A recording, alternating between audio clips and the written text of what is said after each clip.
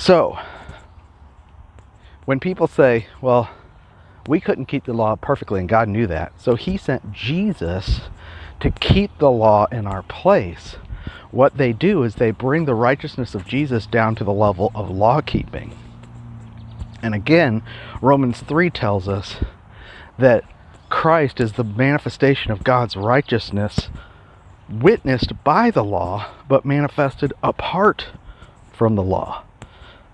Righteousness is God himself. Righteousness is higher than what the law can describe. The law is a shadow, and Christ is the reality. That's in Colossians and in Hebrews. Christ is the reality of what the law points to. Now, he fulfills it in the sense that it points to him, and he's the reality, but he was righteous from eternity past before there was ever a law, just as we were sinful before there was ever a law. We were sinful because of the disobedience of Adam, and we all fell into judgment because of his single act of transgression. Even though our transgressions are different than his, we still are under the sentence of sin and death. And for that reason, Jesus had to come and die. Now, Jesus, the one commandment he kept that's essential that we see in John is that he laid down his life for the sheep. He said, this is the Father's commandment, that I give my life for the sheep. This is my commandment. And that's in John 11. So, Jesus did not come. It's not that God wrote down a bunch of laws on a piece of paper and said, well, they couldn't do it, you go down and do it on their behalf, and I'll credit that to them.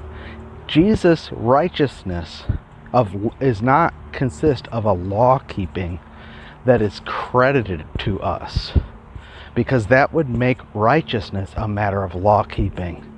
And the righteousness of God far exceeds what the law describes.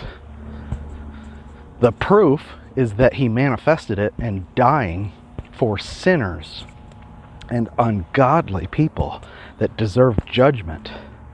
How did he manifest his righteousness?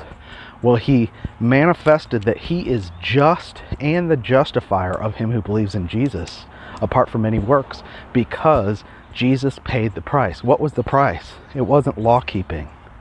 It was that he laid his life down for the sheep. He laid his righteous life down. Even if the law had never been given, he still would have had to do that. He still would have done it.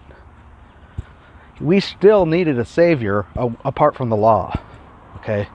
The law is not what defines our need for a savior. Our sin and our fallenness is what tells us we need a savior.